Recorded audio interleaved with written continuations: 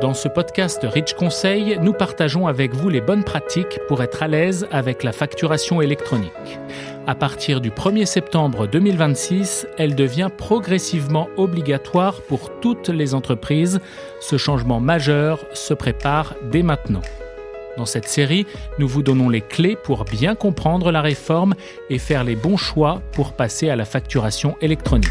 Soyez les bienvenus, ce podcast est fait pour vous. La facturation électronique, c'est quand même pas pour tout de suite. Pourquoi est-ce qu'on s'y prendrait maintenant ? 7 millions d'entreprises sont concernées par cette réforme. Si tout le monde s'y prend au dernier moment, ce sera techniquement très compliqué. Dans ce deuxième épisode de notre podcast, nous vous guidons pour préparer ce tournant majeur en mobilisant l'ensemble de vos équipes. Et d'abord, rappelons le calendrier pour bien l'avoir en tête. Au 1er septembre 2026, toutes les entreprises, quelle que soit leur taille, doivent pouvoir recevoir des factures électroniques. À cette même date, les grandes entreprises et les entreprises de taille intermédiaire doivent aussi émettre des factures électroniques. Pour les PME et les micro-entreprises, cette obligation sera à partir du 1er septembre 2027. Vous n'êtes pas à l'aise avec cette transition, voici comment vous organiser. La première recommandation tient en un seul mot, anticiper. L'horizon de 2026 peut vous sembler lointain, pourtant cette première date butoir va arriver très vite.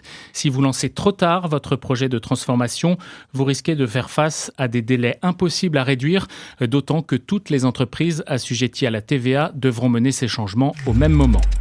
Le risque d'embouteillage ou de saturation des opérateurs est donc réel, surtout pour le choix crucial de votre plateforme de dématérialisation partenaire, votre PDP. Une centaine de fournisseurs immatriculés par l'État sont disponibles pour servir l'ensemble des entreprises du pays, mais ces prestataires ont d'ores et déjà prévenu, ils ne pourront pas répondre à toutes les demandes en même temps. Alors vous cherchez peut-être à structurer la mise en place en interne, c'est notre deuxième recommandation. Il est prudent de mobiliser dès maintenant vos équipes. La mise en place de la facturation électronique ne concerne pas uniquement la comptabilité ou la fiscalité, elle touche de nombreux départements de l'entreprise, informatique, finance, achat, vente, juridique.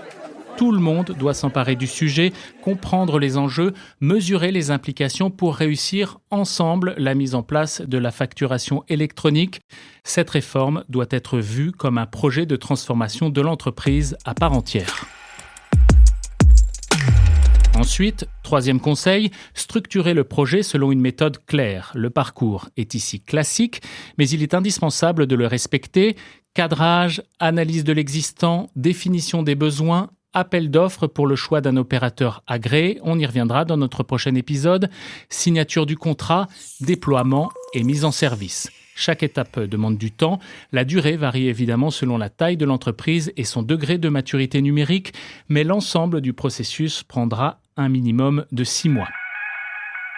Quatrième recommandation, ne vous précipitez pas pour choisir votre plateforme de dématérialisation partenaire, votre PDP qui servira à gérer les flux de factures et à transmettre au service de l'État les données de transaction et de paiement. La bonne démarche est de réfléchir d'abord à l'organisation du travail de demain, puis dans un second temps de sélectionner la technologie adaptée. Si vous faites les choses à l'envers, eh bien vous risquez de passer à côté de fonctionnalités essentielles dont vous pourriez avoir besoin ou au contraire de vous retrouver avec des doublons. Par exemple, certains logiciels de facturation intègrent déjà une PDP sans que vous le sachiez forcément. Cette réforme, plus largement, peut être l'occasion de réfléchir à la digitalisation globale de votre société. Enfin, cinquième et dernier point, l'accompagnement du changement. Pour les entreprises qui sont encore au 100% papier, la facturation électronique obligatoire représente une véritable révolution. Pour celles déjà digitalisées, c'est une brique technologique supplémentaire, mais, comme on vient de le voir, déterminante. Chaque structure a des besoins différents. Il est donc essentiel d'être accompagné par votre conseil habituel. Il connaît bien votre entreprise et vos habitudes de facturation. Il pourra ainsi vous aider à piloter et à ajuster sur mesure ce projet de transformation. À retenir donc pour bien préparer la facturation électronique, lancez dès maintenant un vrai projet interne de transformation, mobiliser toutes les fonctions concernées, pas seulement la comptabilité, et structurer la démarche étape par étape sans précipiter le choix de la plateforme. Merci pour votre écoute. Dans le 3e épisode du podcast Rich Conseil, nous vous aidons à sélectionner la plateforme qui vous accompagnera pour la facturation électronique.